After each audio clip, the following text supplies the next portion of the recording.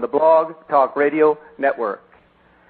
We have a very interesting and informative program lined up for you on this segment. We're going to be talking today with a respected and educated ufologist and lecturer on the highly controversial and speculative topics of Planet X and UFOs. In the prophecies of Nostradamus, one of the more famous predictions refers to the arrival from what we call a thing that will profoundly change life on Earth. Nostradamus refers to this thing as the Great King of Terror. Could Nostradamus have foreseen the coming of a celestial body that would wreak havoc here on Earth? Hopefully, we will get some definitive answers on just this and what is causing our Earth to leapfrog into a sudden tailspin. Our guest, Dr. Jason Rand, is a respected researcher and lecturer on the topic of UFOs. His contributions in the study and pursuit of extraterrestrial communications, research into UFO phenomena, cosmology, and his representing the United States at the first World UFO Congress in Tucson in 1991, earned him distinctive recognition and his doctorate from the Russian Academy of Sciences on December the 18th of 1992 in Moscow. Dr. Rand wrote a book in 2007 concerning a rogue planet, which some keen observers have reported as having a universally disturbing effect on our solar system and planet Earth in particular. The Return of Planet X is an educational, informational source examining all aspects of this controversial subject, including the record of X's ancient science of prophecy, its phantom astronomy, forbidden archaeology, and the signs of its approach. Welcome to our show, Jason. Thank you so much, and I really appreciate the opportunity to talk with your audience today. Thank you. In your book, The Return of Planet X, you explain the extreme dangers potentially posed by Planet X, which another name for it is wormwood. Now, I have personally been hearing many things about Planet X since I first became interested in the subject back at the beginning of 2003. But for those listening who may be hearing about the planet for the first time, I wonder if you could explain to all of us what exactly Planet X is and when did you first begin your research on this mystical planet?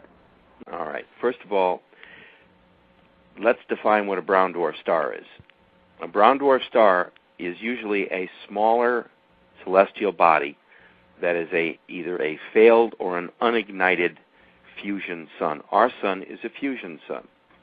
It creates heat and energy. That's what keeps us alive here on planet Earth.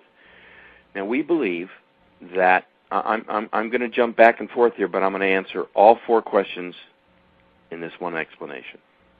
We believe that about 4.5 to 5 billion years ago, during the formation of our solar system, which we believe, according to our research, and of course Sumerian technology and information and philosophy and sciences, all indicate that there were 12 planets originally formed in our solar system. 12, not the 9 we have. And that about 4.5 to 5 billion years ago, a very, very large errant object, possibly a huge asteroid, a gigantic asteroid, crashed into one of the 12 planets, which was called Marduk, according to Sumerian cosmology, Marduk. And when this collision occurred, Marduk shattered into billions of pieces, some very large, some much smaller, and most of the debris that came off of Marduk was what eventually formed, they believe, our asteroid belt. All right? Okay. All right, so far so good. Now, a large piece of this planet, this Marduk, apparently flew off into space, and it happened to collide head-on with this little baby sun, this unignited fusion sun, which was still in its infancy, as captured by the gravity of our sun, all right? And it hit it at such an angle that it knocked it completely out of its regular orbit. Okay, we have to jump for a second. all of the planets in our solar system rotate in a counterclockwise motion. Just envision that. In other words, all of the planets are circling the sun in a counterclockwise motion. So we're talking about an ecliptical plane then, right? Yes, okay. Exactly. And this particular body, when it was struck, was so impacted that it spun it out in an almost 180-degree trajectory, which then sent it on a clockwise motion around the sun rather than a counterclockwise. And that it hit it so hard that it knocked it into a very elongated, between 3,600 and 4,000 year orbit, way out into the deep reaches of space, way beyond Pluto, way out there, and then coming back and circling back. And we think, at least the theory in our book, and now substantiated, by the way, did you know that there are over 100 books out on Planet X right now? And Really? Yes, but I'm pleased to say that we were one of the first ones, not the first one, to be able to get to press and get it into distribution before this phenomenon really hit the Internet, because this was a 7-year project in the making. All right. So this celestial object gets knocked out into this huge elliptical orbit. Imagine, Steve, if you had a very large rubber band and you gripped it at both ends and you pulled it in opposite directions, what you'd create is an imaginary elliptical orbit. That's what it looks like. Okay? So, at every 3,600 to 4,000 years, we believe this physical object, this unborn sun, this smoldering brown dwarf planet, it could be the size of our moon, it could be the size of the Earth, it could be even larger. That I'm not able to affirm one way or the other. It is certainly as large as the moon in any event because of its mass and what it's already creating throughout its approach into our solar system. Okay? I had actually heard that it might be as much as 4 times the size of the Earth. It could, yes. It's which would put it in comparison with the planet Jupiter, is that correct? Jupiter, yes, that is absolutely correct. I mean, that would be its extreme. Personally, I think it's somewhere in between, but let's go on back to its oncoming passage, okay? All right. So, we believe, according to the research in our book, and by the last time this object came through, at least according to the research that we did, by the way, we had to read 2,000 books over a period of 7 years. And I've referenced all those books with reference points throughout our book so that a person could go back and check the information. We found out that it's now believed that the last time Planet X, the object we're talking about, this brown dwarf star, this mystery object coming from space, the last time it came through, we believe, was in the year 1447 BCE, before the Common Era, which means before Christ. And it just happens to coincide with the Exodus, when Moses was leading the Israelites out of Egypt. They were in bondage for 400 years under Pharaoh. And that could very well explain a lot of the miracles that were attributed to Moses' rod. Remember when he threw it down and it turned into a serpent? Correct. Biblically? Okay. Yep. This would also explain the rivers turning the blood color because of the red dust, the skies turning red, the moon and the sun seemingly stopped, and there just happens to be that there was a huge volcanic eruption nearby, not too far, and also a huge earthquake. All of this occurred when Moses, they were like signs from God. Okay, now if we're right, it would also explain how the Red Sea parted. Because if it sloshed in its basin because of a large earthquake, wouldn't the water move to one side?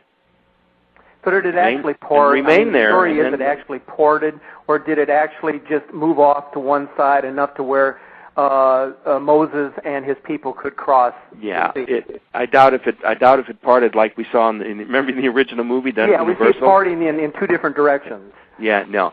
I think that would probably happen, most logically so, was that there was this huge earthquake. It sloshed the lake out of its basin, at least partially so, allowed the Israelites to go through, and then nature takes over.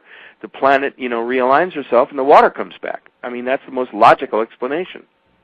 Yes, it was a miracle. I'm not saying it wasn't a religious miracle. I'm only saying it sure happened at the right time, at the right moment. Now, we were so fortunate, our book was picked as the top credited book on the subject, and we're right on the front page, and we're really proud of that. And I had to tell you, I'm so pleased at it.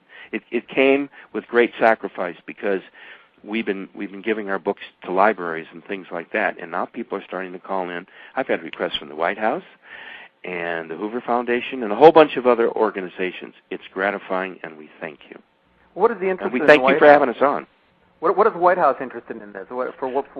Well, I just got an email request with it. We please send a book to the attention of the science advisor for the White House, and we did. I haven't heard anything back yet. It's only been a couple of months. That's not unusual. They must get 1,000 books a month. You know what I mean? Okay. But anyway, so they requested it, and I was grateful for it, but I haven't heard what the feedback is yet. However, I am this coming next Wednesday. I am meeting with the senatorial aide to one of the two senators here from Mississippi, Thad Cochran, and I'm going to be presenting them a copy of the book, and I'm going to ask for a meeting with the senator the next time that he's at the state capitol, because I believe Mississippi, which of course where I live, is going to be very vulnerable for this forthcoming hurricane season. Well, because it's cyclical, but the planet is ratcheting itself up. You see, when you're talking the science and the chemistry and the philosophy of something as complicated as planet Earth, nothing happens faster because it's so big. But what is happening is that it's something that cannot be stopped. The planet itself is getting ready to go through this huge transition. It feels it. It knows it's coming. It happens every 36 to 4,000 years. Let's cruise into something real interesting. Let's just assume that we could take off our rational thinking caps and just put on our, well, what if, let's explore cap and say, suppose the Earth itself is a living entity and a being with a soul and a mind, and that it reasons. It just does all these things in ways which we are unable to communicate with. Now, if you understand how the planet functions and how it works, you have to understand that its primary flow and rotation and dynamic principles, including plate tectonics, all occurs because of interaction with the planet's core. Okay? If something affects the core of our planet, it could affect its rotation, its speed, its plane of inclination. A lot of things can happen. And I believe that the core, the center core of planet Earth, has been in an excitation phase for possibly as long as 6 to 7 years. It started about 6 or 7 years ago, very, very slowly. Because what's your take on some of these skeptics out there? And of course, we got a lot of these global warming skeptics too that are running around saying everything is of a natural occurrence. But what's your take on those skeptics who say that the activity that might be going on in the Earth's core is because of activity that's now occurring on the surface of the sun? They're absolutely correct. They're absolutely correct. I was on my way to that. I was about to say that the core of our planet could be most affected by what happens on the core of the sun and what the sun's energies and emissions are transmitted to us. We receive huge amounts of solar radiation, and that is what, from the sun, that is what heats and also causes weather and cools the planet. Now, if that were severely disrupted or changed, it would change all the dynamics of how the planet operates. Its weather systems, its rotational patterns, its seasonal its inclinations, all of these things are affected by what happens to its core. And we think that this incoming body has been affecting the inner core of the sun because of its mass, and therefore when the core of the sun gets excited, it sends out more energy and more types of radiation, and I believe some kinds that we don't even totally understand yet. Okay? We've never, ever been affected by a brown dwarf star in modern day times. If this is what we think, and I think it is, and I ask you the question, why did they spend billions and billions of dollars to build a, quote, top secret solar observatory at the South Pole? in the Yeah, there's midst a lot of nowhere. speculation about that now, too. You know. Sure. Why do you think they built it? I believe that they simply built it because that'll be the greatest viewing position for this body as it comes swinging in from underneath the solar system, starting to arc up and over it. It's going to be coming up from the south. It's been emerging from the glare of the sun for the last 15 to 20 years on its approach to us. All the time that it's been speeding toward us during this 36 to 4,000 year period, most of it has been because it's coming from behind the sun. We can't possibly see it. Can't see through the sun. We can barely see through the glare around the sun, you see? So, if we're right, and if a lot of the present-day cosmologists, and by the way, this is a subject that's under study all around the world. I just returned from Russia. I was there for about 20 days. And I had a chance to sit and talk with a colleague of mine, Colonel Marina Popovich, the Russian heroine test pilot lady. She and I have been friends for like 20 years. Anyway, we talked exclusively, and I had a chance to talk to some of the people from the academy, and they take this very seriously. They're now conducting their own studies. They are not open to the public. They are quiet studies. They're not secret or kept in secret, but until the facts are disclosed, the information is really being carefully digested. They have their own. Academy, they have their own solar situ. They're going to be taking their own pictures from the South Pole. They're making arrangements now. Oh, okay. Are they an independent entity from the government, the Russian government? Yes and no. They're under the auspices of the Russian government, but they are totally independent. That kind of control ended when the wall came down. Things are much more open there. So it's a Russian government's position with as their well approval that something is going on. Yes, the government officially says this is your business. You do it. We don't. We're out of it. We're into other things. Okay. Which I think is intelligent and sensitive to the fact that sometimes you have to be unobstructed in order to get the mission done. All right. Something, by the way, has been perturbing many of the outer planets, and they now believe that it's this Planet X. By the way, did you know that NASA, first of all, this is not even a new story. If I was to tell you that in 1982, NASA itself published this huge story, by the way, that article in the Washington Post and the Washington Times and Globe, all of those stories are included in our book, The Return of Planet X. Well, aren't they claiming that was a mistake on their part? Yes. No, not a mistake. They were the people at NASA were so excited that one of their telescopes had found something that they blurted it without running it through the White House and the Pentagon and all of the think tanks. Well, this kind of news could have completely rattled everybody across the planet if it was true. So immediately the Washington Times jumped on it, the Globe, and also the New York Times, and they ran with stories in the next day or two. Suddenly those stories were instantly pulled. All the newscasts were cleansed. There was never another word about it, and to this day, they still don't talk about it. But it's been in print. They announced it as early as 1982, and it's been basically pigeonholed, covered up, whatever you want to call it. By the way, I'm not a conspiracy buff. I don't see conspiracy everywhere. A lot of people in my field do, and I don't. I'm very realistic about what is and what isn't. However, there are certain things that are being conspiratorial and being covered up, like the Roswell incident, as just one for instance. Well, what was the precise position of Planet X back in 1982 when NASA first discovered it? I think that they sighted it from a distant probe. I think, I'm not exactly sure. I've tried to find this out. I've got friends inside, and we just can't talk about it.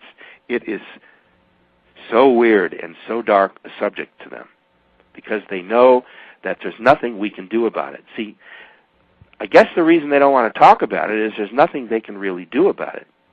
Remember the movie Armageddon when they sent out the two spaceships? And right. That's not right. I didn't mean it's not feasible. It doesn't work that way. We wouldn't have enough resources to launch 3 vehicles if we had to, okay? But the point is, I guess what they're doing is they're slowly getting the government ready. Now, I will say that. I think that if there's a conspiracy going on to cover it up. I also have to say that I think they're smart enough to know. I do believe that Denver, Colorado would become Washington West, by the way. I used to live in Denver. I really liked it there. I was there for about 3 years. Yeah, I believe there's some kind of underground facility there for the VIPs. Yes, and there's a whole government center built under the Capitol. They've been doing this very quietly. We have a U.S. Mint. I'm not there. They have a U.S. Mint. They have a world-class zoo. They have one of the most important airports ever built in the United States. That airport is far more than an airport. I really don't want to go into it because that should be the subject of another show for us, by the way. Okay. All right. They are preparing Denver for what I believe would be a rush to the west if something should devastate the East Coast. All right? Now, why would Denver be a safe haven for these people? You mean in terms of earth changes? Well, right. Denver would certainly be subject to probably some earthquakes and some shaking, but it's not going to get, I don't think it'll get any volcanic problems unless Yosemite goes. If Yosemite goes, you know about Yosemite, right? Yes. Yes, Okay. It's a super we volcano, have what's known right? as a super volcano right smack in the middle of our country that could blow it apart, that could literally tear the continent in half. Now, that's another whole show right there. I mean, they have specials on these things, by the way. Oh, yeah. National Geographic, you can find almost anything on what we're talking about. So you see, the kinds of things, Stephen, that we're talking about are not so hocus-pocus, mumbo-jumbo, crazy paranoia stuff. Oh, no, this is real stuff that's going on. This is all real stuff. That. Have you watched the Weather Channel lately? Let me ask you something. It used to be when you turned on the Weather Channel, what you had was a really interesting of banter and chit-chat and talk about this and that, and it's raining here and it's thundering over there. Now it's all about nothing but disasters, forest fires, wildfires, earthquakes, sinkholes, tornadoes, hurricanes, straight-line winds. Well, they refer to it as extreme events. Yeah, we're kind of in the grips of a really bad extreme event, but nobody wants to really call it that. Listen, we've got high gas prices. We got a difficult election coming up. We got terrorists sniffing up our blouses. We've got problems possibly with fuel disruptions. We've got a dysfunctional Congress, Senate, and legislature, and I can go on and on and on and on, okay? Everybody's to fault, by the way. There is nobody there in Washington that is really functioning like an American citizen should function as to what is best for the country. Well, I certainly agree with that. Enough about that. I didn't mean to go there. I'm sorry. But it's true, Stephen. And all of this is about to come down on their shoulders, and they're still talking about, now if I'm right about this coming hurricane season, and that's the reason I'm going to meet with Senator Thad Cochran, his aide, on Wednesday, and then request a meeting with the senator, is that Mississippi is not ready. I've been talking. I took a trip down there. I've been looking around. People aren't really aware about what's to happen. I'm afraid that the Gulf Coast region is going to get hit by a very bad hurricane. Oh, it's very one or possibly all the way from Texas to Florida. So it could hit anywhere. I think it's going to hit Louisiana and Mississippi this time. Well, I hate to hear that because I'm right in the middle of all that. I know you are. You're in Baton Rouge. Yep. Did I pronounce that right? Yeah, Baton Rouge. Baton Rouge? That's how they say it, Baton Rouge. Baton Rouge. I'm pretty good at linguistics. Which, by the way, is an Indian term for the red stick. Yes. Incidentally, speaking of Indians, we cover a whole section in the book on ancient legends and cosmology of all these groups. Who do you think was giving them all this celestial information? I don't think it was the magic mushroom, do you? I think they were getting hard information from extraterrestrial beings that are probably a 500,000 years ahead of us in evolution and in technology. I mean, that's another whole show. As a child, I was on a ship at age 11 up in Canada. It's long and involved, and it was just meant to let you know that I know these things are real. That's what set me on my course to write this book in the first place. I was shown at age 11 in 1950 a complete display when I was on the ship they wanted me. I was part of a group of children that they were harvesting, meaning that they were investing in having experiences with us mentally and spiritually. And I would go on OBEs. You know what an out-of-body experience is? Oh, yes. Mm-hmm. Okay. I used to go out at age 5, 6, 7, and 8 in OBEs that they would let me remember. And I was going to this big classroom setting where there were thousands of other children just like myself, all happy and healthy. And we were like being scanned to find out if we would like to participate in help and to be helpmates for humanity. In other words, AIDS. The reason I wrote this book was not to scare anybody. It was to tell everybody, we got to do this. Let's put our gloves on. Let's get to work. We got a lot to do. There's going to be a lot happening to the planet. I believe there's going to be a huge exodus. I believe there's going to be a huge liftoff by the ETs of billions and billions of people who are mentally, spiritually, and physically tuned to the planet and understand the dynamics of metaphysics. Well, we're seeing more and more of that every day. In fact, there was something that just happened the other day in Devon, in UK. A number of people saw several UFOs flying around in a 45-degree angle. Yes. And said it was the most unusual thing they have ever seen in their entire lives.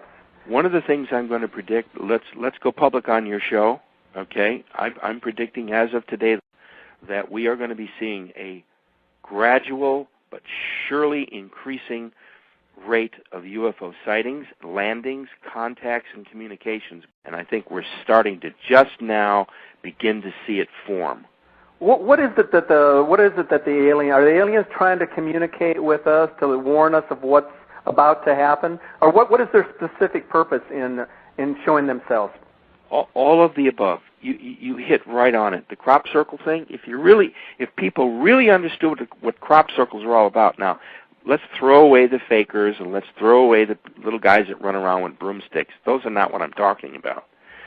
If you really understand the phenomena, and if you've really I've had a chance to look at the Russian evidence up close, and it is absolutely astounding. If you know anything about crop circle technology, which is another show. Here we go again. Absolutely. All right. Everything's another show, correct? Absolutely. Well, do you realize the kind of ground you and I are covering in this time right now? I feel like I feel this. By the way, this is how I conduct a lot of my lectures. It's kind of free for all with the audience, and by the time we get rolling, the information starts coming as it's coming now. But let's go back to answering your question specifically about the ETs. Okay. Yes, of course they're communicating with us. They've never not been communicating with us. If you understand anything about the field of ufology, it's still considered to be very, very controversial. And you know what, Stephen? That's good, because that brings attention to it. But I think it's beginning now to become mainstream. I think one of the latest polls conducted, possibly Gallup, I'm not sure, something like overwhelmingly 68 to 75% of the population no more has any doubts about UFOs and ETs and flying saucers and all the movies and everything we know. And yes, of course, there's space people out there, and if they're here, so what? People are almost blasé to the fact. How much Star Trek can you absorb? Or Star Wars? Or Indiana Jones? The point of the matter is, the public is not stupid.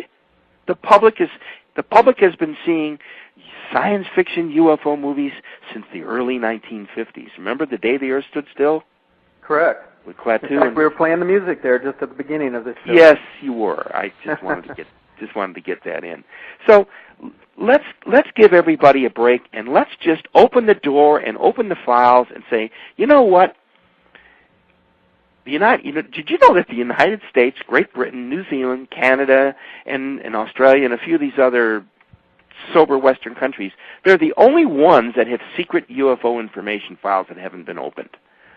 So I find that very ironic. And you know what? All of this? Whatever. What's the government's role in all of this? And what's going on over there at this Area 51 in Area 50. Okay. Well, let's see. Okay, there's a couple of questions in one again. Okay, let's go at both questions with this explanation. Okay. UFO 51, there are a dozen TV specials you can rent, by the way, or you can click in for or buy on Area 51, but I'll give you a recap. Area 51 used to be a very, very top secret air base deep in the heart of the Nevada desert, not too far out of Las Vegas. Nellis Air Force Base is associated with it, where they built some very sophisticated labs, hangars, where they do top-notch and top-secret black ops, experimenting on airplanes and airfoils and things like that. It's also rumored to be where they have back-engineered several crashed, what we call flying saucer discs. That's been the big UFO, secret thing that people have been investigating. Well, they've uncovered more information than they ever thought they would, and after everybody poo-poos them, the government still denies it, but you still can't get access, and you're arrested if you try to take one step on the land. They got you. So I guess where there's smoke, once again, there must be some fire. So that's the story in Area 51. It's still top secret, supposedly. They are still doing their engineering. You can't get anywhere near it. Now, what is the government really doing? They're doing nothing. They're not doing anything to help or harm it because there's so much else going on to distract the public. They don't have to cover this thing up the way, they should have to do it. Okay? Now, with the danger of these incoming objects, or this object, I believe all of these things are now going to come gushing out of the glove that they've had it contained in, And I think what's going to happen is there's going to be a glut of information suddenly left open, not by accident, but by design. And I am going to talk to our senator about the fact that the government should now disclose this information. So I'm going to start to lobby him to find out if there's any interest in Congress or in the Senate of opening up these gates. I think it would make the people feel a lot better going into the election if they knew what was going on. Would you not agree? How are they going to explain to the masses that for all these years they've been covering up the fact that something is going on in outer space that's affecting the Earth changes, affecting our climate, and then using this excuse that it all has to do with global warming? Well, maybe it does have something to do with global warming, but obviously there's a celestial body up there that's creating quite a bit of what's going on. How are they going to explain themselves? Oh, well, it's quite simple. It's two words: national security. It's a matter of national security. Look, it's totally reasonable. I think they probably did. Looking back, here I am, the first proponent to say I know they're covering it up. Listen, you have to cover something like this up until you understand it. Do you follow me? Yep. You can't go public on something you don't understand, you're not even sure is going to happen, but you sure feel the heat coming under your heels, okay?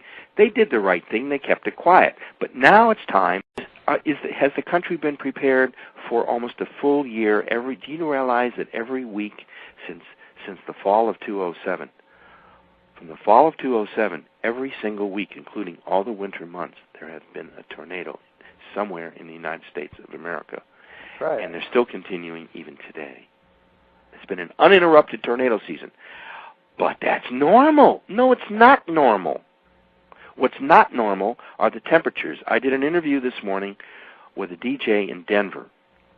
It is the hottest cycle of weather they've had in 200 years. 200 years. That's significant. That tells you that there's something wrong. Okay? Now, we need to understand what's happening, not only climate-wise, but what's going to happen to the rest of the world if we should suddenly get some big natural disasters. Do you remember the 9.0 quake that struck Indonesia in the winter of 2004 to 2005? Do you remember that? Yeah, correct. I think that was it created that huge tsunami disaster? Mm-hmm. Right. Stephen, consider this. Over 250,000 people died instantly in 45 seconds. That's right. In 45 minutes. In 45 minutes. That's how long it took for the waves to arrive, correct? Right. To the various locations. It wasn't just one location. It hit in numerous locations. Right. So mostly within the Indian Ocean, correct? Yes. Mm-hmm. The point of even bringing this up is the fact that we're not prepared. We're not even thinking about it.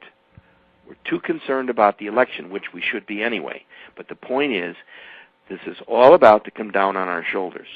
Now, we've got to start thinking rationally about what we're doing, and that's another reason why I wrote the book, -x.com.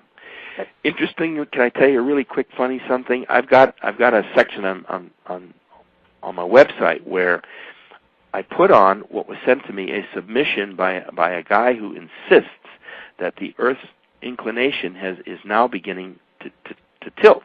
And he's got all the dynamics, so he sent me a beautiful graphic, so I put it up. And suddenly it disappeared last week, and there was a sign that came up that said, deceased. Oh, Lord. I think the government had a little fun with me at my expense. So I'm getting ready to reload, and I'm going to talk to the senator about this, too. Isn't that cute? See, they don't want to talk about anything that might suggest that there's something wrong. Well, I do believe we are tilting. I believe the tilt has already started. Let me ask you something about this tilt. Do you think that maybe this has something to do with the fluctuation in weather that's occurring, whereas in Canada right now it's as hot as hell, or in some other part of the country it's as cold as can be right now? Oh, sure. Everything's topsy-turvy. Nothing's working right. The inner core of our planet is being heated up and excited by the core of the sun. The sun itself is doing it. And as so, I believe it's starting to spin faster. See, I think that the amount of radiation and energy that is exciting the core of our planet, this is what is causing it to speed up. And as it speeds up, it heats up. And therefore, I believe that it's starting now to send lava out to all the volcanic mounts. I think that we are in the process of having the planet come alive like it was designed to do to rebuild itself. You see where I'm going with this? Right. Yep. I think we're going to a series of huge earthquakes and volcanic events, and I think it's what the planet would normally be doing anyway because of the return of this object. Now, it does so happen that it happens to coincide with a lot of religious thinking, especially the evangelicals. They believe that we are now at the end times. And I believe that we are definitely at some kind of end time operation for this planet the way it's now functioning. What's the Vatican's position? We're about to hit the wall. What's the Vatican's position on this? I understand they have a telescope mounted somewhere in Arizona? No, they've got 3 or 4 of them all around the world. The Arizona one is probably your most expensive, and the one that's fitted with the infrared. But you see, that's off limits. That is top secret. No one gets in, and no one has access. That's it. Period. And as are all their other observatories. What's their position? Well, let me jump back. I've had a chance to talk to somebody who spoke to the last remaining survivor of the 3 Portuguese children who witnessed the miracle at Fatima. Okay. Mm-hmm. The Jacinta, I think it was Jacinta. One of the 2 girls recently died, but I have a dear friend who had a chance to sit and talk with her at the Vatican. By the way, they brought her into she's been virtually living at the Vatican now for dozens of years. She was immediately. Well, I wasn't aware of that. She was immediately taken out of. And probably for her own good. I'm not saying anything sinister like that. Right. It was probably for her own good, so she could be tended to, her needs, her health, and things of that nature. Because she was an average peasant person. Okay. Now, her and my friend's understanding is that the 3rd secret of Fatima had to do with the return of this planetary body called wormwood, and that it would affect the Vatican and every structure in the Vatican, and it would definitely impact the Church's survival itself, the very survival of the Church itself, and that they should have been getting ready for this. Now, maybe they have, and maybe they haven't been getting ready, but the Vatican knows a heck of a lot more than they're telling us. So you see, it's one big kind of, I don't want to use the word conspiracy, but nobody talks about it. Why? Because everybody knows that what's coming is inevitable. And I think that's what all the Mayan myths were all about. And I think that's what all this cosmology on the part of the ancients was all about, because our research indicates, and that's what the book is all about. Wait till you read the prophecy section. It's absolutely fascinating. By the way, do you know what remote viewing is? No. Remote viewing is a science that was developed in the early 70s using people with extreme mental skills to transgress time and space and mentally view things. It's called remote viewing. Is that sort of like mental telepathy, or? It's a form of telepathy, but in this case, it's sending your thoughts out as information vehicles or cameras. It's a real science. It was developed. I'm good friends with one of the originators of it, Dr. Hal Puthoff, involved with the Academy for Advanced Science in Austin, Texas. Anyway, I'm talking to him. I still haven't got the okay, but we're trying to put together a remote viewing opportunity, possibly working with the Russians, who are very much into remote viewing, by the way. They developed the same time we did, because they found out we were doing that to them, so they did it to us, and they beat us at it. We're talking about the Russians. They were that much better at it. Talking about the Russians now. Russians. Tell us about this Russian Space Center training complex outside Moscow. It's called Star City. Star City? Yeah. How did you gain permission to visit this? I guess it's a cosmonaut it's the site, Cosmonaut right? Training Center. Yeah. Just like Houston and Cape Canaveral. Okay.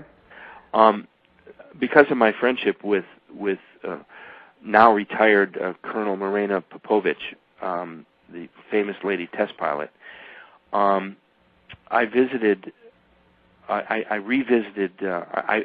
the first time Moscow in 1992, and we were invited by Marina. Her husband used to run Star City. Now, for who years is her husband? General Pavel Popovich. And he was a cosmonaut, right? Yes, he was the second man in space. Okay. For Russia. And he ran that training center for a number of years, so they maintained a very nice apartment complex there, and she has it. That's her home when she's away, and Pavel has his, but it's in a different part of Star City. See, Star City is a vast complex carved out of the middle of a forest. It's at least, I think it's 80 to 90 miles away from Moscow. And the only way to get in, there's one highway in, one 2-lane highway in, and one railroad in, and there's an airstrip, and that's it. So it's carved out of the forest for like 60 miles. All you see is a cut through the forest. Okay. So she invited us there. We spent the entire day, and we had dinner, and we had a chance to visit some of the facilities. I must tell you, it is one of the most fascinating places. Imagine being taken through Houston. They have the same kind of machines and same kind of equipment and the wet tanks and all of that kind of thing.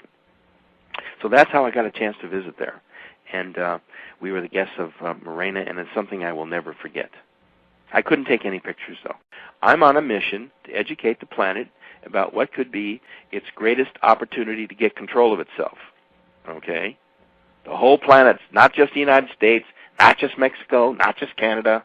The entire planet is in for a rude shakening. I like that, a rude shakening.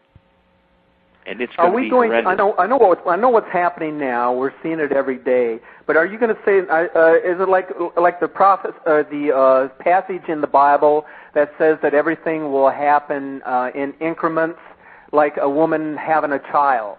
Yes. Is that the type of thing we're going to see, or is it going to happen quickly? We've already cracked the 5th seal. If you know anything about the Book of Revelation, by the way, have you ever read or tried to interpret or understand the Book of Revelation? As much as I can, but of course that's controversial. We go into great detail. We go into great detail in the book about it. Okay, now here's what I think is happening. I'm going to jump right into the Book of Revelation and talk about the fact that once you read up to the 5th seal, that's where we are at the present time.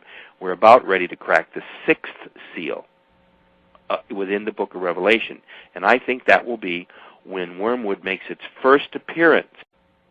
Then I think the 6th seal will have been opened. So I'm giving you what we think, based on biblical prophecy and research that we've done. Remember, we read 2,000 books. We have over 2,000 references in the text after each chapter, so that if someone wanted to go back and re-research what we did, we give you, the publisher, the page number, the IBID, all of the information for you to go back and check on our books.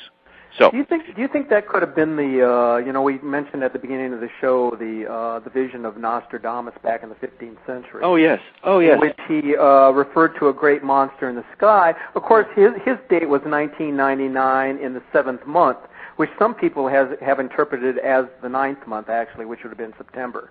Mm-hmm. So he may have been off a decade or so. But do you think that was his vision? Well, I think what happened, if you look back to that, give me that date again. His date was 1999, the 7th month. 7th. Well, that would have been July. Yeah. If it's the 7th month, it would have been July. Okay. Yeah, but in the interpretation of his quadrant, many people have referred to in the French language as the 7th month being actually the 9th month. The 9th month. September. Okay. Well, I think what would be interesting, and if anyone out there would like to take up this task, I would like them to go back to that month in 1999 and run some stats on was there a sudden uptick. I think that date represents the start correct of the decline cycle. I think that's what he was referring to, and it's being caused by what he said, the destroyer. Yes. Okay, I think he was right on. I don't think he was a decade off at all, because our research indicates the same thing. Since 1972, things have been going slightly askew. Since 1972, very, very gradually, through the 70s, through the 80s, and things started to uptick on the 90s, and now here we are into the 2000s. I think there'll be a gradual escalation of extremes on the planet, including weather and all these other things. And Don't forget, by then, our election will have been over. Correct. And whatever the subsequent fallout of that election will greatly impact what's about to befall us. That's what I'm trying to say. Okay, well, see, I want to put that in perspective so that our listeners today can really understand what's going on. You don't need to convince me because I already know what's happening. But there's so many people out there that don't, and I think they're a little bit confused. So I just wanted to put that in perspective. Oh, absolutely. And here's the thing. Anybody can go around afraid. Anybody can go around nervous and biting their nails. If you know the enemy that you're facing, or if you understand the threat that you're facing, any common, logic, human, intelligent person would say, well, what can I do to prepare and safeguard me, myself, my family, my city, my region, my country, my planet? But we're not there yet, because that's what all the signs are pointing to. Right. I just heard them recapping again. Well, we're not sure, but sometime in the next 30 years. Oh, sure. If we're right about this so-called Planet X, this extra solar body coming through, you ain't going to have to wait 30 years. Our solar system is sliding from one phase it's very technical. It's like we're in the positive phase right now. We believe that we're going to be sliding into what's known as the negative phase. We're going to slide into a different dimensional shift within the plane of the ecliptic of the galaxy. It's real complicated, but it's more than just the Earth going through her personal changes. It's what the ancients call the end of time, what the Mayans described as the New Age. See, there's a lot of metaphysics here. See, fortunately, Stephen, you have a firm understanding of the nature of metaphysics, which means what? Beyond the physical, does it not? Metaphysical? Yes. Okay. So where we're at is that a lot of these things that I'm talking about and that we were writing about, and by the way, mine's not the only book. There are dozens and dozens of good books out there. But we've all seemed to hit on the same theme in that something's really, really wrong, and if something's really, really wrong, what's causing it? Well, we already know what's causing it. NASA knew back in 1982 what was causing it. It's just that we now have to step out from behind we're not sure what we're going to tell you is going to happen, and I think that what we need to do is just let everybody know that we're in for some rough times. So we need to start getting prepared. And shows like yours give everyone the opportunity to either send questions, and incidentally, if anyone would like to email you and you want to forward me the questions, I'd be very happy to address those and try to get those emails out for people who have questions on what we're talking about. Okay, very good. I'll keep that in mind, and I'm always getting emails on different topics, and certainly if we get something along. To those who may be tuning in late to our live broadcast today, our special guest is Dr. Jason Rand, a highly respected ufologist and researcher, and author of the book, The Return of Planet X, Wormwood, Mankind's Ongoing Legacy with a Brown Dwarf Star. Jason Q. Rand has authored 3 books, including The Extraterrestrial Hypothesis, The Cosmic Blueprint for After, and The Reality Engineer. Dr. Rand travels widely, establishing close ties with his fellow ufologists and paranormal researchers, especially in Russia, where Rand has close ties with Lieutenant Colonel Marina Popovich and her former husband, Army General Pavel Popovich, who both live in Moscow. Marino and Pavel remain active in the UFL field representing Russia. Blog. Jason, on the front cover of your book, in the word wormwood, what is Planet X relationship to the biblical wormwood, as Revelation chapters 8 verses 11 describes, and why is it that important for each of us to understand in the cosmic realm of ancient prophecy, as described by the Mayan and the Sumerian civilizations, and with respect to the characterization stated in your book? Now that's a mouthful there. Yeah, but it's real easy to explain because the subject is all unified. It's all about the same subject. Okay. Look. First of all, we believe that wormwood, as attributed to in chapter 8, verse 11, where it says, and the name of the star was wormwood, is because we believe that it is the same biblical entity. Wormwood is the brown dwarf star that's inbound. All of our research and all the religious prophecy, everything that we comb through, hours and hours of research and notes, all indicated that there was a complete connection between events in the Bible, things like when Moses left Egypt, and all of these things all attribute themselves to having a common denominator, and that is some kind of a brown dwarf star. In this case, we think that it is wormwood. And it was prophesied. If it's prophesied in the book of Revelation, and as most practicing Christians believe that the book of Revelation is unfolding, then it would stand to reason that once again, where there's smoke, there's fire. In this case, we think it's a big fire, and it's a big problem, okay? So that answers what we think wormwood is. Now, in going on further with your question, what we have to understand is that as a society, we have to accept responsibility for our choices, okay? And so there's enough information out there. Are we all crazy? Are we all just not right in the head? Are we all imagining all of these things happening? I think not, because the literature and the science and the history all points to reality. And I think it's an exciting time to be alive, Stephen.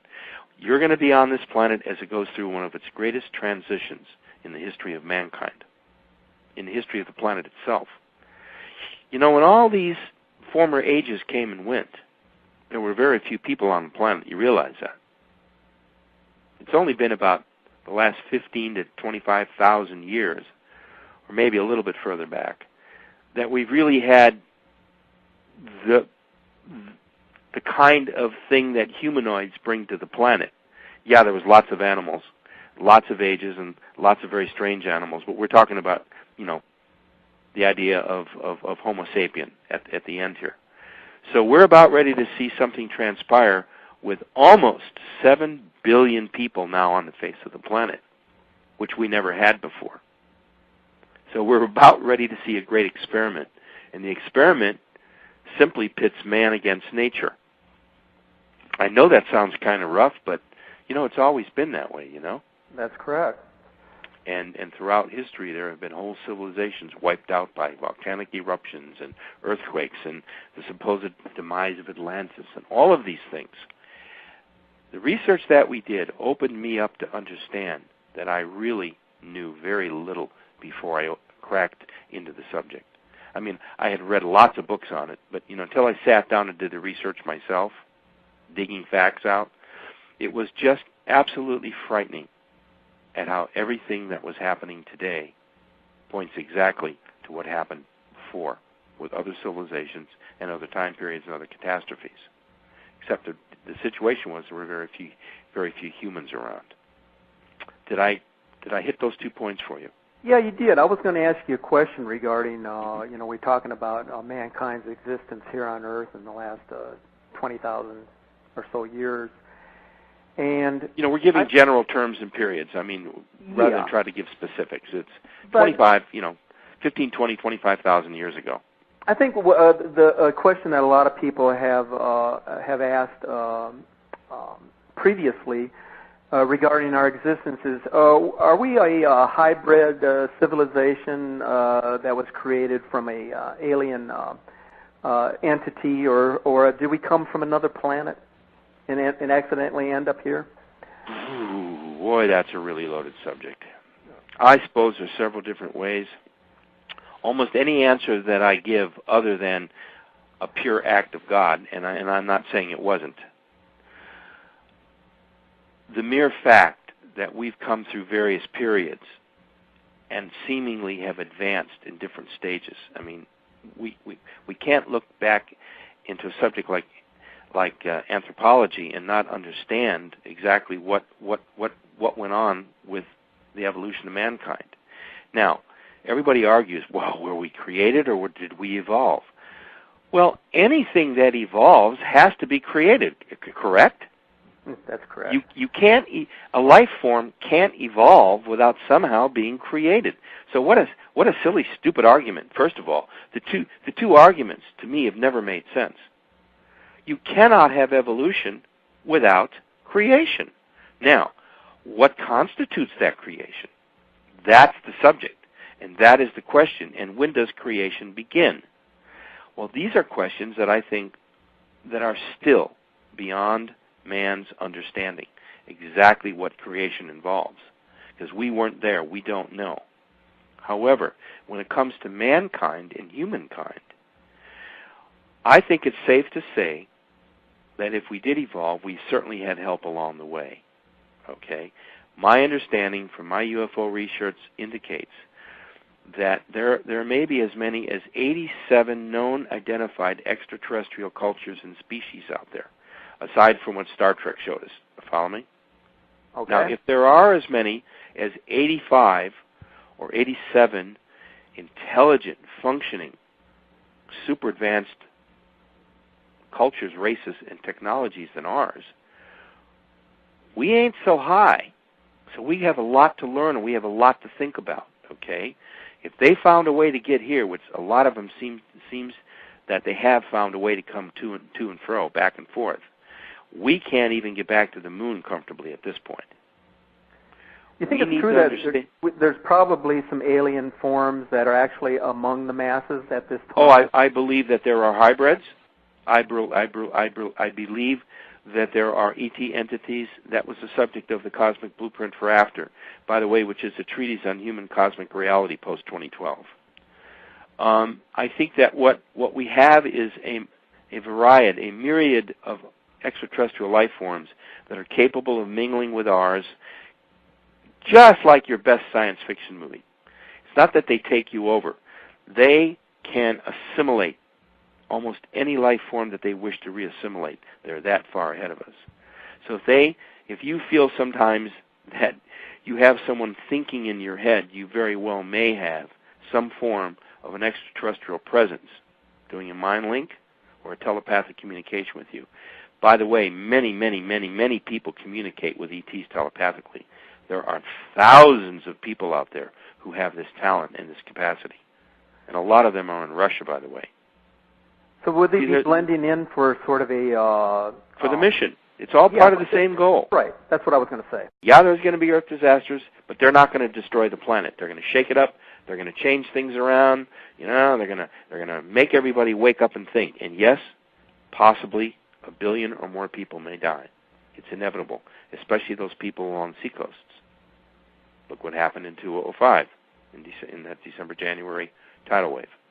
So what we have to realize is that we have plenty of time to start thinking about it and reading and understanding, and let's get prepared. In the book, there's a whole chapter on self-preparedness. There's a whole sample dietary and food supplement budgets and outlays and menus that will take you through a 3-month to 4-month period. You know, everybody famous says, well, have 3 days of food and water and shelter. Listen, I went through the Northridge quake. I didn't have a home for a week. I bounced around on people's couches, and I even slept in my car. My apartment building, Stephen, was in a wreck. It was in pieces. It was red-tagged. I had to get out because it could have come down at any time. So having 2 or 3 or 4 days is great, but you better have a preliminary place to park it in case your dwelling or your automobile is destroyed. Incidentally, the pantry cabinets out in the back where the cars are parked fell on the hood of my beautiful old Cadillac. And so I even had damage to my automobile to top all the damage in the apartment. What do you say to all these? What do you say to all the people who are living for today? They're into their modern technology, and they're considering the fact that, well, if this thing comes, we're going to lose everything we have. How are we going to start over like they did back in the 16th or 17th century? Well, mankind has been picking himself up by the bootstraps since time began.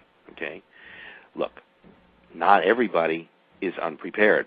See, I don't want it to sound like I think nobody's prepared. I think there are millions of people in this country who understand what's at stake. Certainly a lot of religious groups do. Look at the Mormons. Do you realize the Mormons have supplies for up to 5 years? Oh, yes, I'm quite aware of that. Now, I don't fault that at all. No, absolutely aside from not. all these Mormon controversies. I think it's a good idea. That's a good idea. They do take care of their families. They look after their communities. I wish more people would act like Mormons act in terms of physical spiritedness and well-being with people. Now, what we need to do is we need to each of us take individual stock. How much food do we have? How much water do we have stashed? Do we have reserves? Set aside some canned food, set aside in a safe place that you could get to other than in your home, you see. You know, do we have a little camping trailer stashed somewhere? You know, where would we go if we suddenly lost our houses? So we need to understand what's at stake here. If we live on the seacoasts, I strongly advise you having a safety plan. If sudden bad weather or if there was a tsunami alert, that you would be able to have a plan to get out of Dodge. Do you think the government would put us into a martial law state? Instantly. How do you get out when they're blocking off all the major access out of the area? It's really damn tough. I cover it all in the book. I take you all through the stages of martial law, where we're at, when it was erected, who did the signing. I give you a complete review of what the government knows and what they don't know, what they should be doing and what they're not doing. So it's an interesting read. I think that's chapter 10 of your book, correct? Chapter 7. Oh, chapter 7. Okay. Government preparations. All right. Now, I want everybody to understand that there is no such thing as total destruction. There's going to be rough. There's going to be storms. There's going to be fires. There's going to be tornadoes. There's going to be earthquakes, and probably some volcanoes that go off. We have to figure out, be prepared. There are certain places that are safe. I cover this in the book. There are certain places that are kind of iffy. West Coast is kind of iffy. Portland, Northwest area, very iffy. Vancouver, very iffy. Why? It's part of the Ring of Fire. I worry about Japan very much. I very much worry about Japan. I worry about the Hawaiian Islands. Now, they what about India? They may come up rather than down, yeah. But even coming up can be very traumatic. Go ahead. India? Yeah. Oh, boy. All the third world countries and the newer democratic countries like India, I think they're going to suffer huge losses. A lot of their country is at sea level. I think all of Indonesia, all the island nations are going to be at stake. I fear for Great Britain. I fear for the eastern coast of Europe. I also fear for South America. And quite a bit In of fact, that. all the continents are going to be affected. Yeah. If there's a huge global slippage and the crust shift, continents will shift. There'll be huge, huge tidal waves, thousands of feet high, sweeping across the oceans in mere hours. Well, that was the next question I was going to ask you. How close will Planet X travel towards the Earth as it crosses that solar ecliptic? And then what kind of effect will it have on the pole? Well, there's been so much theory and so much conjecture. I honestly cannot tell you that I know where exactly it's going to come through and emerge. Blog. The worst could be that it could come in through the solar system in a clockwise motion against the flow of the planets, possibly coming through between the asteroid belt and Jupiter. Now, that's a far-fledged analogy, but that's where we think it could be coming through. And now, if it does, that what some have referred to as a sort of a retrograde orbit across the solar system? Yes. Okay. Yes, exactly. Now, what we might wind up with is, like I said, a glancing blow. Even it will be destructive. Even anything coming that close outside the solar system is going to affect everything in it. I believe we're already seeing the signs of these Earth changes taking place all around us. The volcanoes, the fire. And I know it sounds like doom and gloom, and I know it sounds like, oh my God, but it's happening. It's not that I'm forecasting it. It's happening to us. I'm not making it up. You know what I'm saying? I don't have to invent these things.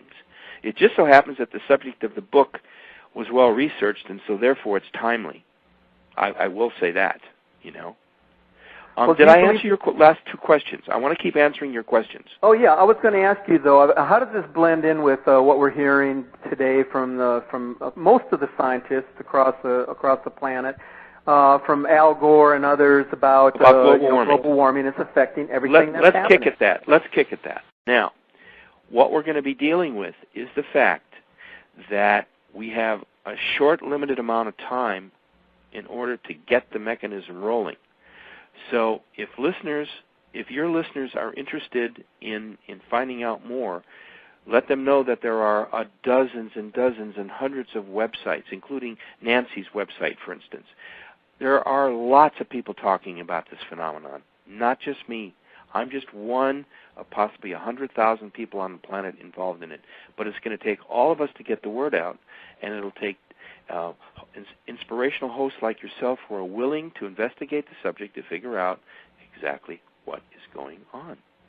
And it's real. It's all happening right before our eyes. Yes, Wormwood, I believe, is the same entity that's referred to in the Book of Revelation, and it's the same solar body that I'm talking about. I believe it's a small brown dwarf star, used to be sister star to our sun, cast out on a huge 3,600 to 4,000 year elliptical orbit way beyond the reaches of our solar system, and I think it's about to come back. I believe another term that had been used by religious figures was the great red ball of redemption. Yes. By the way, that's in our book. I cover about 100 different names through time that have been attributed to this particular solar body. The red dragon, the planet of death, the killer star, the Death Star. I mean, it's all over the literature of the history of the planet. All we have to do is read. Incidentally, I list all the books in the. I have a great bibliography, by the way. If those of you that are interested, in the back of the book is about bibliography that will bring you so much knowledge in so quick a time that you'll suddenly become experts yourselves. How's that? Sounds great. All right. Any more questions I can fulfill, or do you want me to go? Yeah, let's into go a little into. bit about I want to talk warming? a little bit about Chapter 10 of your book, where you offer Okay. a survivor's manual for those hoping to minimize the devastation to themselves and their families. What are some of your key suggestions, and when should the general public actually start to take heed, if they haven't already? Instantly. How's that? All right, instantly upon hearing the words that you've offered in your program. If you start to turn on your thinking cap right then and there, you will just barely be in time. How is that? Do you know how short 2.5 years is? It goes by fast. And the older you get, the quicker it goes by. By the way, I can tell you, that my time frame in terms of reality construct seems to be speeding up, just unbelievable. 24-hour day seems to come and go before I can even figure out what it's unbelievable. It really is. So here's what we need to do. We need to take stock of our individual preparedness. We start with the individual. You, me, Mary, Richard, James, and Sally. All of us need to sit down, clear our minds, and figure out, what would I do if suddenly I was confronted with horrendous news or a real disaster coming at me, or I found that I was in the path of a tornado? What would I do? We have to figure out, first of all, where we live, very methodically. Where do I live? Where are the danger zones in each of the states that I live in? Do I live on a seacoast? Do I live near a large body of water like a lake, like Lake Michigan? Incidentally, Chicago, I was born and raised in Chicago, by the way. Okay. I know the power of Lake Michigan. Can you imagine that sloshing out of its basin, 300, 400, 500 feet high and rushing into downtown Chicago? Well, I don't think there'd be anything left of downtown. There wouldn't be much even to talk about. So, you remember Deep Impact, the movie? Yes. And remember The Day After Tomorrow, the big tidal wave that came crashing into Manhattan? Oh, yes. Okay, well, that's a possibility. I'm not saying it's going to be probable, but anything's possible. That's why these movies were made. By the way, these movies do more to hip the public and to get everyone's thinking cap on than you would ever imagine. Okay, now, we need to individually take stock. Where do I live? Where are my safety zones? Do I live in a secure structure? Do I have emergency supplies? Do I have bandages? Do I have food? Do I have emergency water, medicine? Do I have pet food? Do I have diapers for the baby? Do I have enough medicines for myself? And by the way, you should always keep a stash of coins, nickels, dimes, quarters, pennies, $50. These will become very valuable should the normal currency flow of the country be shut down. You'd have some. You follow me? Yes. Also, small bills, dollar bills and fives. Anything larger, you're a big target. You should have at least $400, $500, $600, $700. I know. Where do I get the extra money? Well, you pinch it. You pinch $5 here and $6 there, and you have change, and then you start to put some bills together, and they should be in a safe, secure, dry environment, possibly inside of 1 or 2 plastic bags. Why? You want to keep the elements away from the money and the coins. Okay, medicine, enough for at least a month. Enough aspirin, bandages, antiseptic, some alcohol, iodine, things like that. First aid kit. General first aid kit. Yeah. And also get water purification tablets. Now, in the book, I tell you where to find all this stuff. There's a whole chapter devoted to a typical 3-month to 6-month hibernation period of what you would do if you were stuck in your house for 6 months. Now, I know it's not fun to talk about, Steve, but look what's happened to the midsection of this country over the last 12 months with just tornadoes alone. Correct. Even if those people were prepared, the tornadoes still took out their home. So we have to be prepared for whatever emergencies are coming. Now we're in the middle of a fierce firestorm season in California. Look what's happening to Yellowstone. Not Yellowstone. Yosemite? Yosemite. I'm Yeah. sorry. I meant to say Okay. Yosemite. Yeah. If you've ever been there, it's one of the most beautiful places on earth. It's awe-inspiring. It's jaw-dropping. I'd hate to lose it.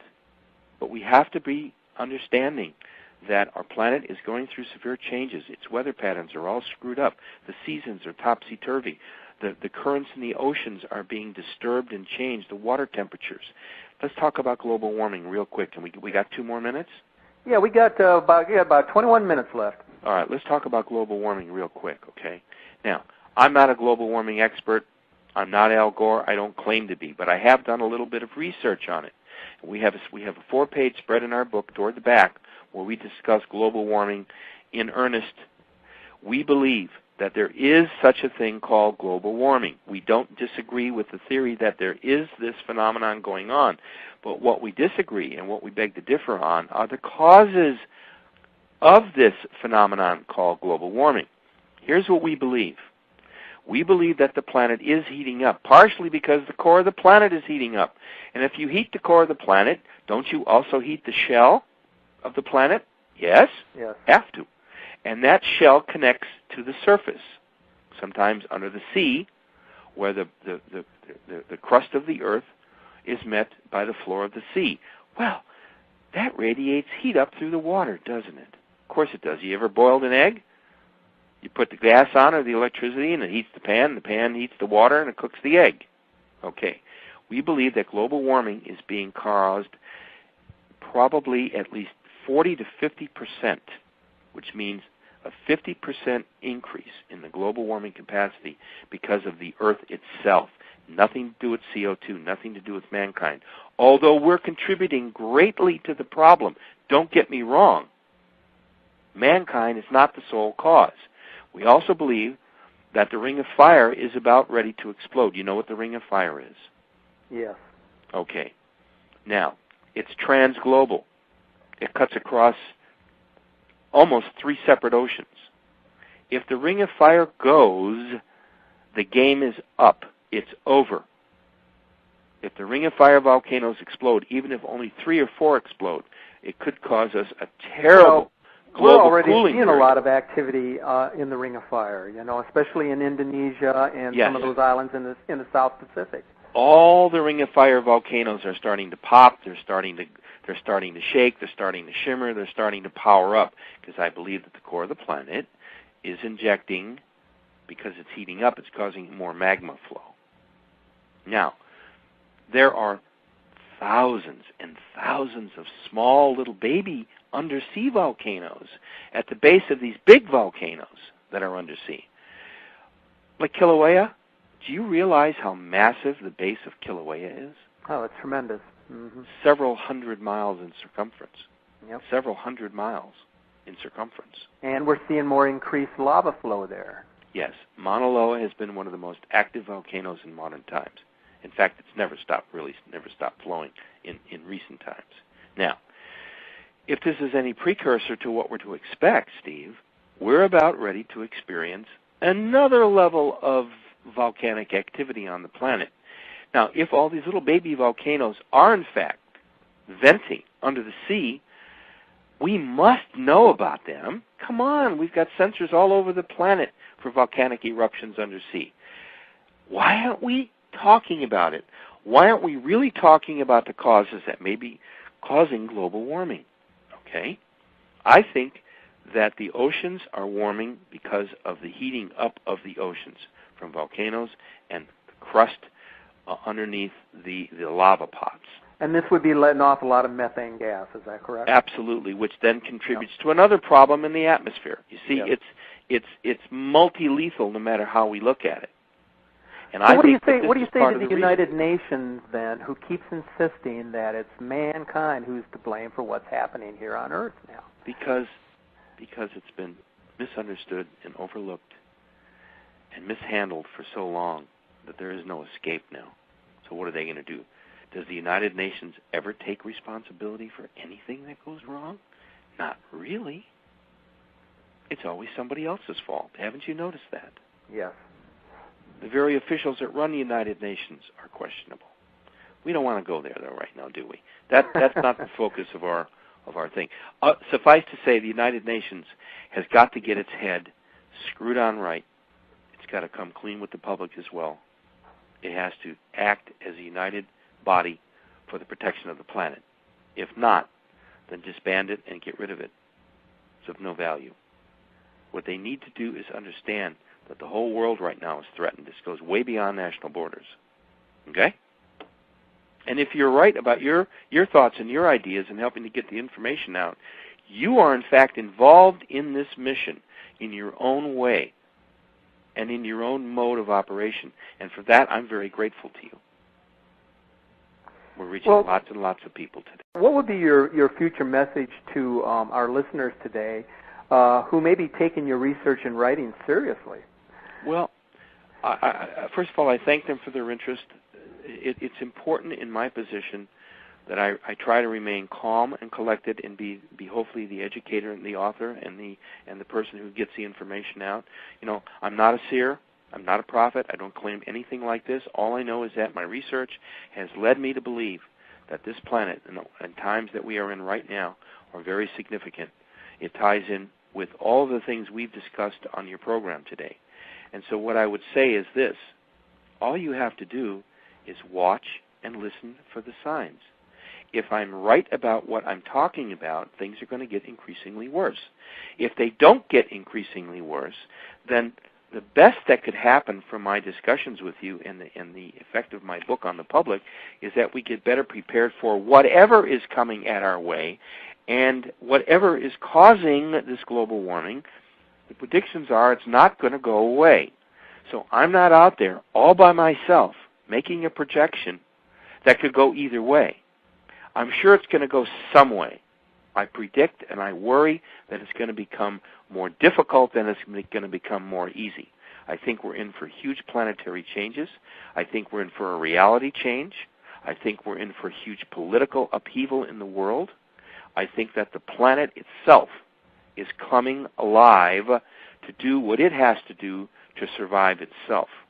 Now, that may be an overly cosmic view, and it may be way too metaphysical for some people, but I honestly believe, Stephen, that we're involved in a very exciting time to be alive right now. We're going to see, witness, hear, and experience things that no other people at any other time in the history of this planet will be able to experience. So, frankly, I'm looking forward to the future. You know that that's where we're going to live the rest of our lives, don't you? Uh-huh. It's where? It's in the future. So we should prepare for that future. We should. Of course, somebody may be looking at that future as being one of inconsistency, a very bleak outlook on life's prospects. But it's how you look at living without the computer and the TV. How can people do this? Well, first of all, it's like looking at the half-empty glass. Are you looking at it as half full? Oh my God, I'm almost out of water. Or are you looking at it half full and saying, thank God I got a half a glass of water here? It's how we perceive the future. It's how we perceive these forthcoming Earth changes. Look, we know something's wrong. We know something is definitely wrong with not only the psychology of the human psychology of the planet, its survival techniques, its preparedness, its weather. Look, we're governed by the weather. Whether we like it or not, we are prisoners of our environment. We can try to shape the weather, but we can't control it. But the so skeptics, if we understand that there's the something wrong, are out there telling us, "Oh no, it's all just a natural cycle." Something it is that a natural cycle. Every 1,000 years. It is. Yes, it is a natural cycle, and you've hit it. Yes, it's about every 36 to 4,000 years. We believe that this particular cycle comes back with vengeance. That's why in the book we talk about the fact that there are whole periods that mankind seems to drop out of itself, that it has to kind of get back up and shake itself back together again. We've seen this time and time and time again throughout history. And that goes back to this whole business of whether ETs are involved or not. I believe that as each one of these terrible time periods have come and gone, that we have had extraterrestrial help. The quote, the Noah's Ark of the heavens, okay? Coming down. I do believe that they're collecting animal life right now. I strongly believe that that there is a whole system of ET involvement where great, huge things called motherships are beginning to collect animal species to protect them and bring them back when the planet settles down. I think that all these things are real. Now, a lot of your listeners may say, "Wow, this guy's really, really out there."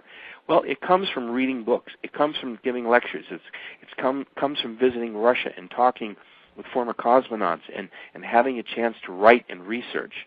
My own personal library, I've got over 3,000 books. I love my books. If people like to read, they're going to love reading The Return of Planet X. And incidentally, books like mine will continue to sell for a long time because the subject in my book is racing headlong to meet the future. And I mentioned earlier that we are going to be products of the future, by the way. What our understanding is of who we are and our ability to survive in a rapidly plummeting world will tell us who we are experientially. And metaphysically, we will be able to sustain ourselves.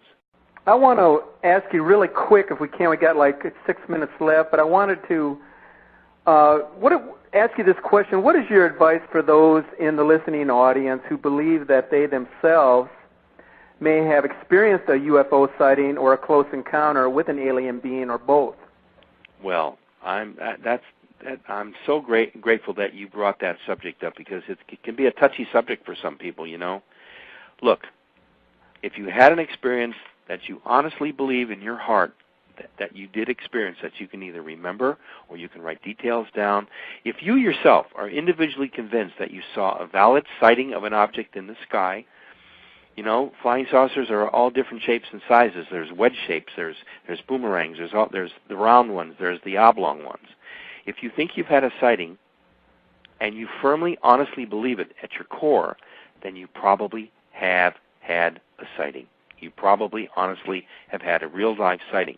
If you think you've had visual contact with an ET or been near it or saw fleeting glimpses of it or actually communicated with one, well, then I don't have to convince you that your experience was real. You should know. Now, if you think you've had one of these, what you can do is, before you go to sleep at night, good exercise, you know, say your prayers, you know, bless me, dear Lord, and all the good stuff. And then lay back and clear your mind, and in your mind, you ask to remember your dreams and your experiences that you will be having now, that you consciously program your mind, metaphysically, to program and save these memories so that you can replay them in the morning. You will be surprised at the wealth of information that you will start to either remember or become for the first time consciously aware of when you come out of the sleep state. We call it the dream state, by the way. So you have to rely on yourself, and you have to trust yourself. And if you're not sure of something and you need to seek information, go to the Internet, go to the library, research the information. There's so much information, Stephen, out there right now that there's no reason why anyone should be afraid of these subjects or not understand them or feel that they can't interact with them. That's what these spiritual presences are, and that's what the ET culture is all about. They are beyond us physically. They are in other dimensions. And what we have to do is learn how to communicate with them. Now, they can't take physical form, and they do have physical form, and they can be here, and they probably are here. And like we said earlier, yes, I do believe that our human species has been cultivated, and I believe that it has been altered and changed and enhanced. I believe that there are half-breds walking around. I don't want to get into that. That's very controversial. I do know of some research in Russia that's going on about this. So for each individual, the experience is different. For each individual, they have to understand who they are and why they are. And if they can figure out their mission in life, if they can understand, if they've had an experience like this, then there has to be a reason why they've had an experience. Maybe somehow they're connected to it. Maybe they're somehow involved in an ET movement of some kind. Usually people that I encounter on the road in my my talks and my visits and things like that, they'll come up to me and they'll tell me some very personal things. And I'll say to them, do you have a diary? Did you make notes on it? Well, yes, I did. Then go back to those notes. Look them over. Study them. And in meditative states, go back and try to relive the experience. You'd be surprised how much information will come back to you. Because basically your mind has already stored it. You know, it is a computer. And computers are designed to store information.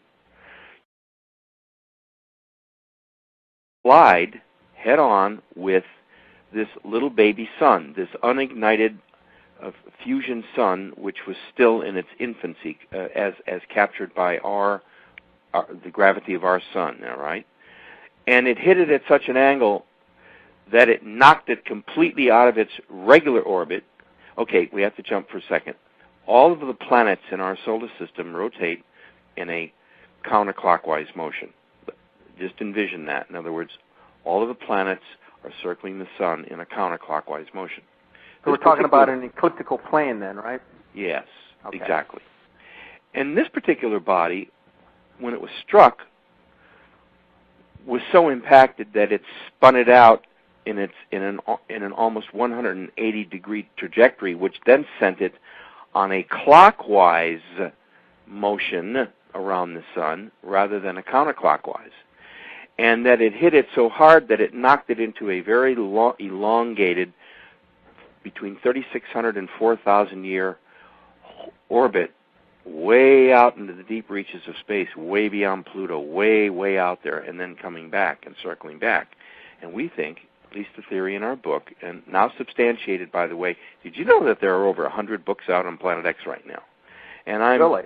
Yes, but I'm pleased to say that we were one of the first ones, not the first one, to be able to get to press and get it into distribution before this phenomenon really hit the Internet, because this was a 7-year project in the making. All right. So this celestial object gets knocked out into this huge elliptical orbit.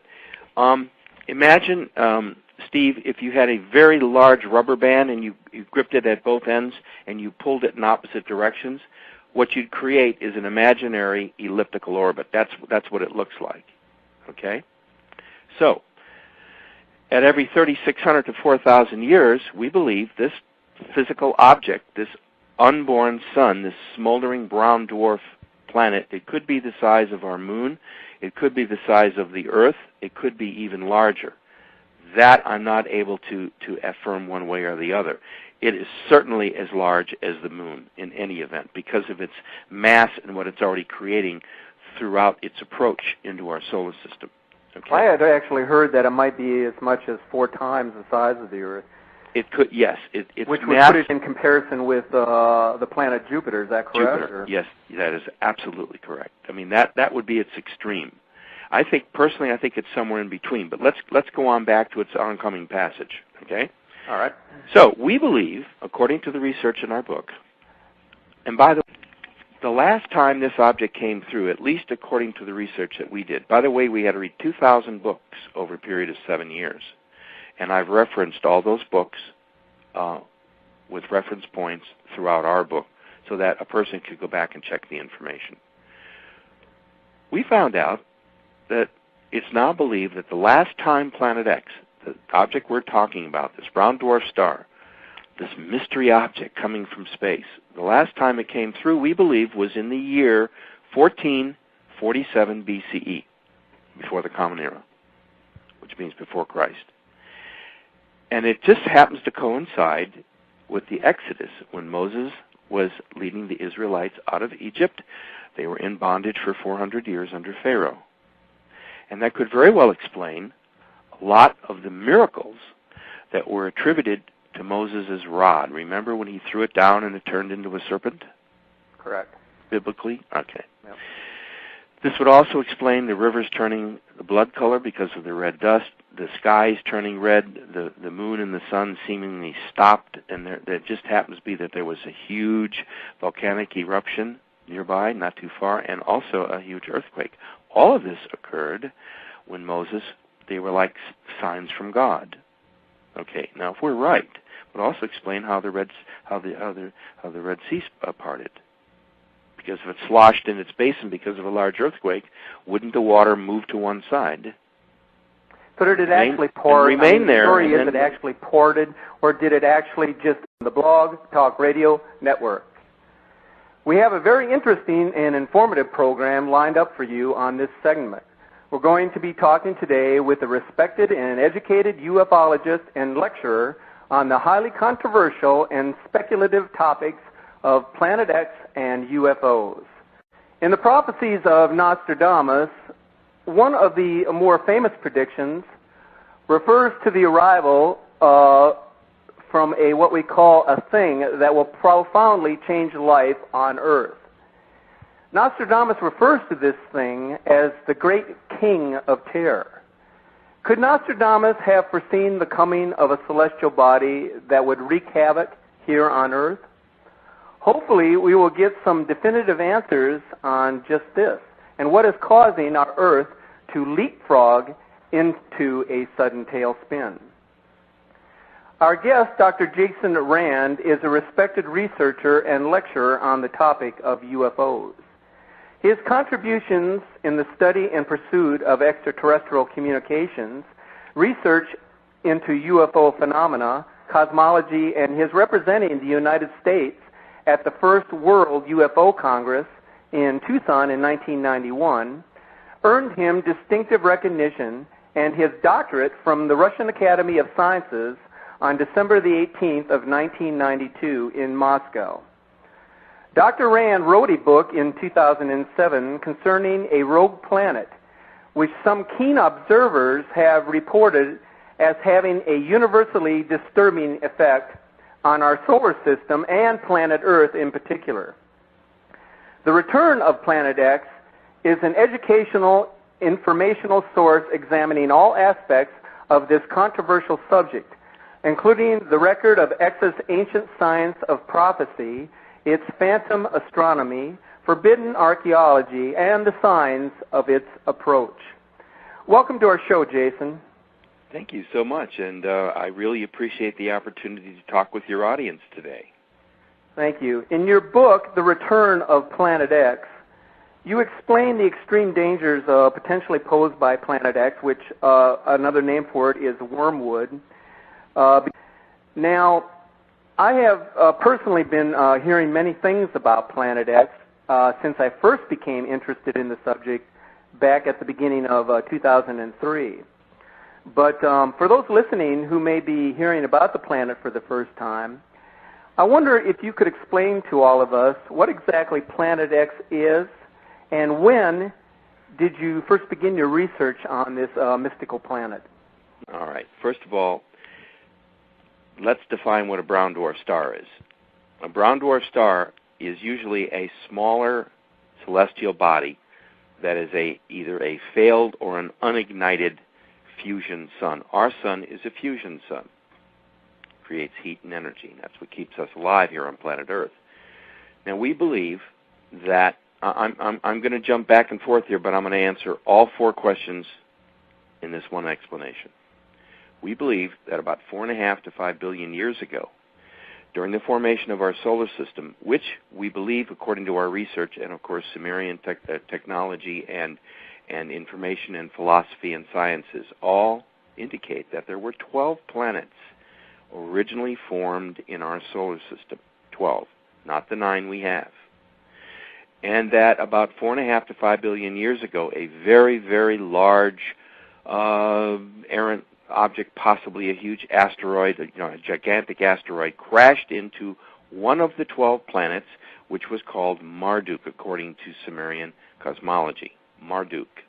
And when this collision occurred, Marduk shattered into billions of pieces, some very large, some much smaller, and most of the debris that came off of Marduk was what eventually formed, they believe, our asteroid belt. All right? Okay. All right, so far so good. Now, a large piece of this planet, this Marduk, apparently flew off into space, and it happened to move off to one side enough to where Moses and his people could cross. Yeah, I doubt if it parted like we saw remember in the original movie done at Universal? Yeah, we see it parting in two different directions. Yeah, no. I think that would probably happen, most logically so, was that there was this huge earthquake. It sloshed the lake out of its basin, at least partially so, allowed the Israelites to go through, and then nature takes over. The planet, realigns herself, and the water comes back. I mean, that's the most logical explanation. Yes, it was a miracle. I'm not saying it wasn't a religious miracle. I'm only saying it sure happened at the right time, at the right moment. Now, we were so fortunate, our book was picked as the top credited book on the subject, and we're right on the front page, and we're really proud of that. And I had to tell you, I'm so pleased at it. It came with great sacrifice, because we've been giving our books to libraries and things like that, and now people are starting to call in. I've had requests from the White House and the Hoover Foundation and a whole bunch of other organizations. It's gratifying, and we thank you. What is the interest? And we thank you for having us on. What is the White House interested in this? What? Well, I just got an email request with it. We please send a book to the attention of the science advisor for the White House, and we did. I haven't heard anything back yet. It's only been a couple of months. That's not unusual. They must get 1,000 books a month. You know what I mean? Okay. But anyway, so they requested it, and I was grateful for it, but I haven't heard what the feedback is yet. However, I am this coming next Wednesday. I am meeting with the senatorial aide to one of the two senators here from Mississippi, Thad Cochran, and I'm going to be presenting them a copy of the book, and I'm going to ask for a meeting with the senator the next time that he's at the state capitol, because I believe Mississippi, which of course where I live, is going to be very vulnerable for this forthcoming hurricane season. Well, because it's cyclical, but the planet is ratcheting itself up. You see, when you're talking the science and the chemistry and the philosophy of